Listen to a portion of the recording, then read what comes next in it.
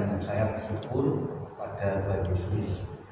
Saya mau kesaksian malam ini. Ya, sorry ini agak sedikit panjang Pak. Dan ini bertahap-tahap. Di bulan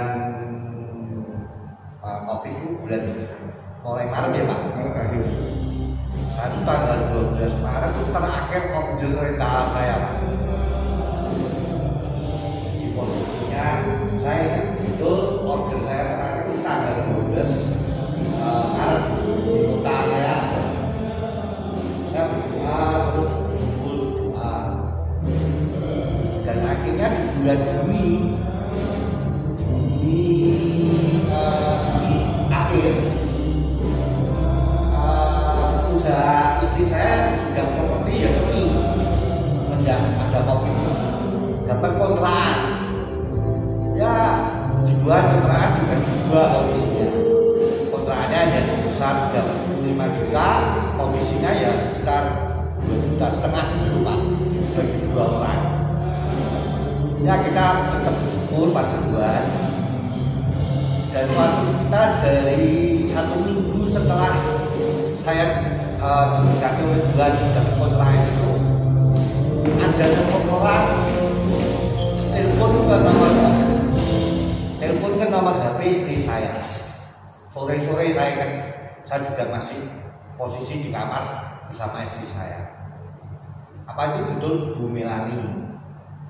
Oh iya betul Bu Melani bisa mencarikan ruko di Semarang yang street jalan besar. Oh ya bisa Bu. Nah, untuk keperluannya untuk apa ya? Kantor dan bla bla bla. Budgetnya Bu kita menyesuaikan. Dapatlah 4 prospek yang dikirim ke istri saya ke si ibu yang di Jakarta. Dipilih dari kebetulan waktunya juga enggak cukup lama untuk memutuskan. Oh ya Bu, oh sorry Pak, minim luasnya 800. Kalau di 800 enggak mau. Nah kebetulan ada yang di Sultan Agung Pak, yang di sebelahnya Hotel Grand H. Ada ruko 3. Ruko ini lama banget tidak laku. Saya tahu Pak, sering lewat. Dan mungkin bapak-bapak mesti sering lewat juga kita sebelah jasa raja persis. Bu, itu luasnya kok 500 ya? 3 ruko itu. Nah kebetulan tanahnya itu milik siapa Bu? Aduh, nggak tahu. Coba saya tanyakan. Saya ngomong sama istri saya, ayo dilihat aja. Ya. Saya ngomong sama istri saya, pasti tanahnya milik yang punya ruko. Loh kok iso? Besinya itu besi cornya Pak, ada sisa tanah sebelah tersebut. Kan namanya baru, tidak mungkin loh ada sisa besi. Oh iya, wis tak telepon nih. Telepon pemiliknya. Oh iya benar, itu tanahku. Lah memang ada minat mau dibeli juga. Ya, puji Tuhan Pak. Tanah di ruko itu luasnya 830. Jadi sesuai yang diinginkan. Terus si pemilik ngomong, istri saya ngomong, tante lah kalau dibeli dua-duanya berapa? Saya tak ngomong sama anak saya, tak untungan. Besoknya diputusin tidak berproses. Saya dua minta 33 M. Oh iya tante, saya sampaikan. Langsung diputusin Pak sama pihak pembeli. Saya nawar 20. Tidak proses lama lagi, turun lagi. Dinego sama istri saya. Ya semua jalan duluannya.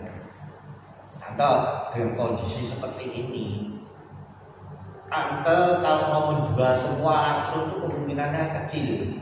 Paling bisa dijual cuma satu-satu. Itu pun saya juga melihat posisi ruko Tante itu lama tidak laku-laku.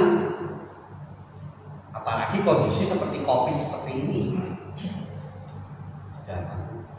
Ya sih betul kayak omongan. Saya juga tahu dia nggak anakku. Turun jadi 31 Pak. Sana naik 21. Turun lagi, akhirnya ketemu Pak. Singkat cerita ya, akhirnya ketemu. Di angka 23.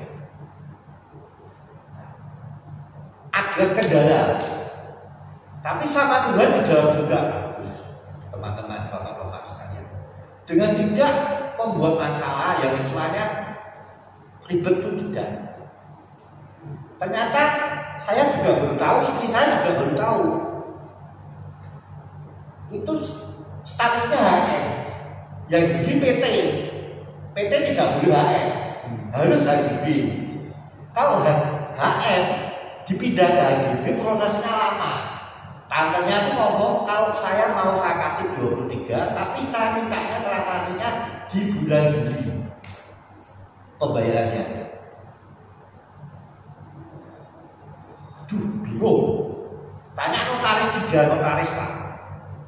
Akhirnya yang bisa handle notaris Liliana yang modelnya kuat. Oh, notaris Liliana tidak berani. Kalau sakitnya terjadi apa-apa, pihak pemiliknya nanti sudah dilakukan akad jual beli atau sertifikat jual beli atau apa beda karena belum resmi Pak itu, akhirnya yang berani nanggung cuma Lilian. Berjalanlah itu. Oke, diri transaksi dan tepat waktu Pak. Pertolongan Tuhan semua waktunya sangat-sangat tepat. Di saat itu juga saya tuh harus bayar kuliah anak saya Pak.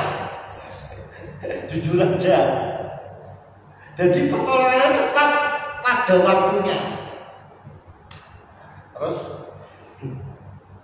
saya dikasih aku bilang lagi berkat lagi oleh Tuhan di posisi di kerjaan saya sendiri di rental mobil. Tapi memang melalui link istri saya. Kenalan istri saya langsung pertama dia ngajukan kontrak itu mobil 2 tahun. Saya ngomong kalau bisa 3 tahun aja. Dan dijawab oleh Tuhan Pak.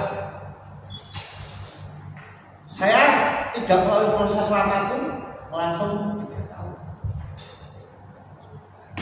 Setelah itu yang sungguh-sungguh sangat ini jadi berkat Tuhan putar Pak. Yang membeli ruko pertama yang tadi Bumer carikan lagi street yang jauh besar, budgetnya sama, dapat Pak. Ini 3.000 diangkat 25 sama 21. Ini pemulihan kalau istri nangis-nangisan bersama keluarga itu beres tuh urusan Mas tuh. Jadi akhirnya semua ngalah, terserah. Wes putusin gini. Yang ini dapat 3 kilo, yang ini dapat 6 kilo. Ngomongnya bukan gram loh Pak, kilo. Terus sisain yang 3 kilo di deposito itu papa mamanya 3 kilo atau 3 miliar gitu. Gitu, saya dengar kejadian luar biasa ya. Tapi puji Tuhan, berkat Tuhan terjadi pemulihan. Nah, di sanalah letaknya ketika pria tidak pegang peranan. Ya, akan terjadi masalah. Makanya apa yang kita tabur itu yang akan kita tuai. Jadi kalau kita sebagai pria lemah, begitu kita melihat istri kita menghasilkan hebat, lebih pintar dari kita, terus kita serahkan semua yang namanya nahkoda itu ke tangan dia, maka yang terjadi apa? Itu yang saya sebut tadi pola Babel. Jadi sekali lagi pria-pria ya pegang kendali. Walaupun mungkin penghasilan kita kalah sama istri kita, ya, tidak masalah. You know? Kenapa? Karena kita ditunjuk oleh Tuhan sebagai kepala. Pria itu tunduk kepada Kristus, bukan kepada istri ya. Berpenghasilan lebih gede dari kita, ya. Nah, istri itu tunduk kepada suami, gitu loh. Nah makanya kalau istri tidak bisa tunduk sama suami, tidak akan pernah diberkati. Saya bilang, kenapa keluarga ini ya sekian banyak hartanya, ya, tapi tidak bisa akur. Nah, hitung-hitung sampai saya ngomong loh sama 3 anak itu. Nah dihitung-hitung tuh kamu harusnya bersyukur loh sama Tuhan.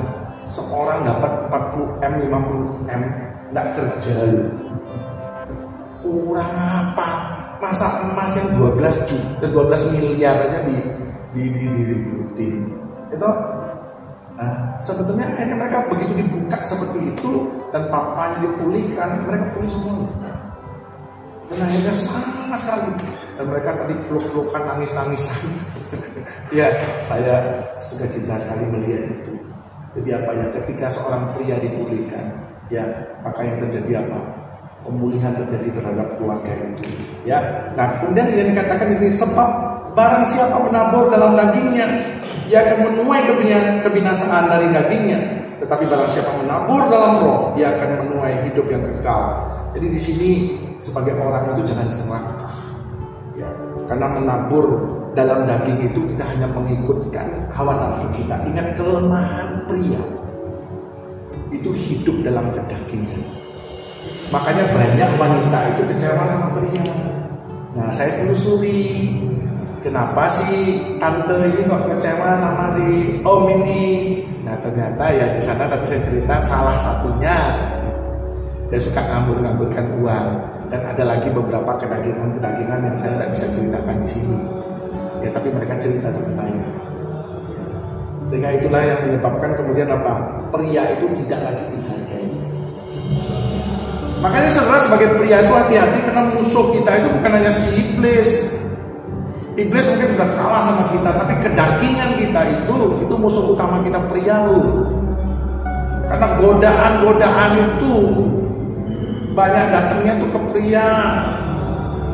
Kenapa? Pria itu punya nafsu seks yang tinggi, punya proud, kesombongan yang tinggi, kebanggaan kan dirinya yang tinggi. Dia kalau nggak dihormati, kalau dia tidak dihargai, pria itu bisa marah loh. Kalau wanita belum tentu loh. Biasa aja kalau wanita itu tidak dihormati, tidak dihargai, dia belum tentu marah. Tapi kalau pria tidak disapa aja, ketemu tidak disapa, besok bisa naik gereja. Nah, pria itu seperti itu. Makanya kita harus hati-hati. Kita harus memahami kelemahan pria itu. Karena pria ini gampang sekali gesekannya. Kenapa? Dia pakainya ini pikiran. Ya. Jadi di sini saudara hati-hati, ya, ingat ketika kita mulai serakah kita akan hancur. Nah, yang ayat yang 9, ya, ini yang diminta sama Tuhan. Janganlah kita jemu-jemu berbuat baik. Berbuat baik di sini ini bukan berarti kita nolong semua orang. Jangan ngomong orang lain dulu. Ya, di sini dilanjut dia. Karena apabila sudah datang waktunya, kita akan menuai jika tidak menjadi lemah. Karena dalam waktu kita berbuat baik, ada kendala dalam hidup kita. Nah, makanya biasanya kalau orang berbuat baik pengen ketahuan oleh orang lain. Waduh, dia bisa memberi ini, dia bisa memberi itu, dilihat orang bangga. Makanya Alkitab mengatakan tangan kanan memberi, tangan kiri jangan tahu. Nah, seringkali itu sulit. Kenapa? Karena manusia itu punya yang namanya, terutama laki-laki, punya namanya kebanggaan diri. Ya, kebanggaan diri ini yang harus memang kita lawan benar-benar. Ya, makanya pria itu paling gampang dibohongin. Kalau wanita itu dibohongin lebih sulit loh. Maksudnya kalau diangkat-angkat sedikit, wanita itu tidak gampang, pria itu lebih gampang. Karena pakainya ini. Ya. Nah, kalau wanita itu dia gampang apa? Dipuji-puji. Beda caranya. Karena apa? Perasaan gitu ya. Nah, saudara yang terakhir, ayat yang sebelum gue bilang begini. Karena itu selama masih ada kesempatan bagi kita, artinya kita belum tentu punya kesempatan lain loh. Kita nggak tahu hari ini kita dipanggil Tuhan. Ya, kita belum tentu punya kesempatan lagi besok. Hari ini mungkin terakhir. Tapi kita belum berbuat baik dalam hidup kita, belum membuat sesuatu buat orang lain. Bahkan di sini dikatakan apa? Tetapi terutama kepada kawan-kawan kita seiman. Artinya sebetulnya dia ngomong tentang apa? Orang yang ada di dekat kita dulu. Apakah kita sudah berbuat baik terhadap istri kita? Ya. Apakah sudah berbuat baik terhadap anak-anak kita? Ya. Saya melihat kehidupan saya ketika saya menyerahkan hidup saya kepada Tuhan. Seringkali saya merasa Tuhan terlalu baik. Sampai saya terus berpikir, tadi saya ngomong sama istri itu, gila ya, benar-benar firman itu ngomong apa yang tidak pernah engkau lihat, apa yang tidak pernah engkau dengar, apa yang tidak pernah timbul dalam hati, itu Tuhan sediakan. Saya berpikir ketika saya serahkan anak saya akan terjadi yang namanya proses yang berat buat dia. Dan saya siap-siap loh. Saya siap-siap untuk bagaimana anak saya nanti ini. Tapi ternyata kan di proses Tuhan lo langsung diangkat loh. Aku kan bingung. Nah kalau caranya gini aku tidak siap duitnya gitu. Tapi dia bilang semua Tuhan saya sediakan. Aku tidak usah mikir. Saudara ini loh, kalau kita benar di depan Tuhan, apa yang tidak pernah kita pikir, apa tidak pernah kita dengar, tidak pernah muncul dalam hati. Kadang-kadang kita menduga-duga Tuhan akan melakukan gini, ternyata belum tentu. Tuhan punya cara. Yang jadi di Paleman, gitu. Apa dia ini? Omset kuntek nih, orderan pun nggak ada lagi, mati kita. You know, soalnya sekarang anak kuliah di Surabaya butuh biaya. Tuhan punya cara. Tiba-tiba istrinya yang istilahnya nggak pernah nutup M-nya puluhan M ya. Baru kali ini Pak. Iya. Tuhan bisa kasih. Nah ini saya alami Pak. Jadi ketika kita benar di depan Tuhan, ya ketika kita percaya punya iman sama Dia dan hidup benar, ingat pria-pria hidup benar. Tuhan sudah siapkan berkat-berkat di depan.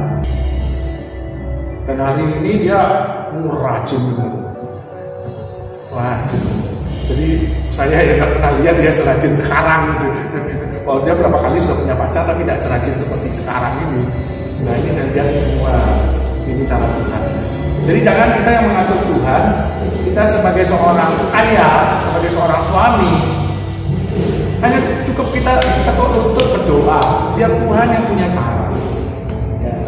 Jangan kita yang ngatur Tuhan. Seringkali Tuhan tolong ya, biar anakku gini wes selesai. Tuhan itu punya cara yang jauh lebih mudah dia cara berpikir kita. Kita ini seringkali ruwet pikirannya, pikirnya terlalu ruwet.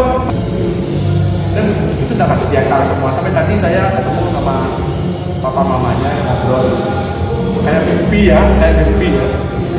Wis, coba ngomong sih ya kita besana. Jadi kalau ngomong orang udah kaget, kenapa? Ya aku sendiri sampai sekarang mikirnya ini kayak mimpi, tak percaya. Tapi Tuhan bisa memberikan seperti itu. Nah ini yang saya bilang, ayo apa yang tidak pernah kita pikir, tidak pernah kita dengar, tidak pernah timbul dalam hati. Kalau kita benar dalam Tuhan, Dia akan bukakan semua. You know? Siapa nyangka? Dan kebetulan perusahaan-perusahaan yang dia punya itu semua sejurusan dengan ilmunya Albert. Nah begitu dia ngomong soal desain sekarang, dia semangat. Jadi saya nggak ngerti, baru saya ngerti sekarang. Nah jadi bapak-bapak, jangan terlalu khawatir akan hidup ini. Kenapa? Tuhan sudah menata semua. Asal kita hidup benar, Dia berjanji semua anak keturunan kita tidak akan pernah menjadi pembentang kita.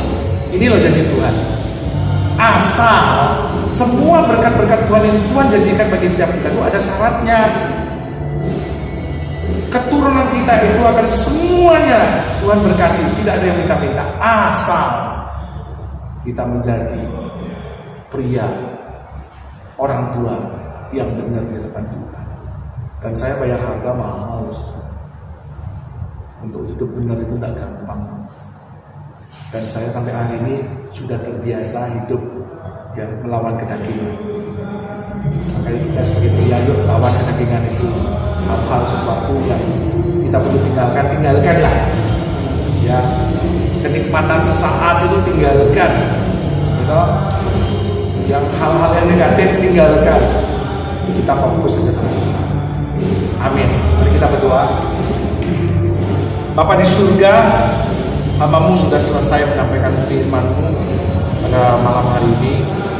Biarlah apa yang sudah kami dengar malam hari ini boleh menjadi kekuatan bagi kami pria-pria, untuk kami tetap hidup benar dalam Engkau Tuhan, berjalan dalam jalan-Mu, karena kami percaya segala sesuatu Tuhan sudah siapkan bagi generasi-generasi penerus kami. Dan kami percaya Tuhan bukan hanya harta benda yang Tuhan beri, tapi ada harta-harta lainnya yang Tuhan siapkan bagi setiap kami, untuk kami menikmati kehidupan dalam dunia ini, sehingga selama kami hidup kami boleh terus menikmati kebaikan-kebaikan Tuhan, kasih karunia dan penyertaan-Mu. Malam hari ini hamba berdoa, berkati para pria yang hadir pada malam hari ini. Jadikan mereka pria-pria yang sejati, jadikan mereka pria-pria yang bertanggung jawab terhadap keluarga, sehingga Tuhan mereka akan menikmati keluarga, keturunan yang ilahi dalam hidup mereka, sehingga keturunan-keturunan mereka boleh diberkati Tuhan berlimpah-limpah, baik berkat-berkat jasmani, baik berkat-berkat rohani maupun berkat-berkat jiwani. Dan hamba percaya sebagai ayah, sebagai papa, kami akan boleh bersyukur akan segala kebaikan-kebaikan Tuhan. Terima kasih bentuk kami Tuhan seturut dengan kehendak-Mu. Dan kami percaya pria-pria yang ada di Mahanaim ini Tuhan akan bawa kepada kemuliaan. Dalam nama Tuhan kami Yesus Kristus, kami mengucap syukur dan kami berdoa. Setiap kita yang diberkati Tuhan, sama-sama kita katakan amin.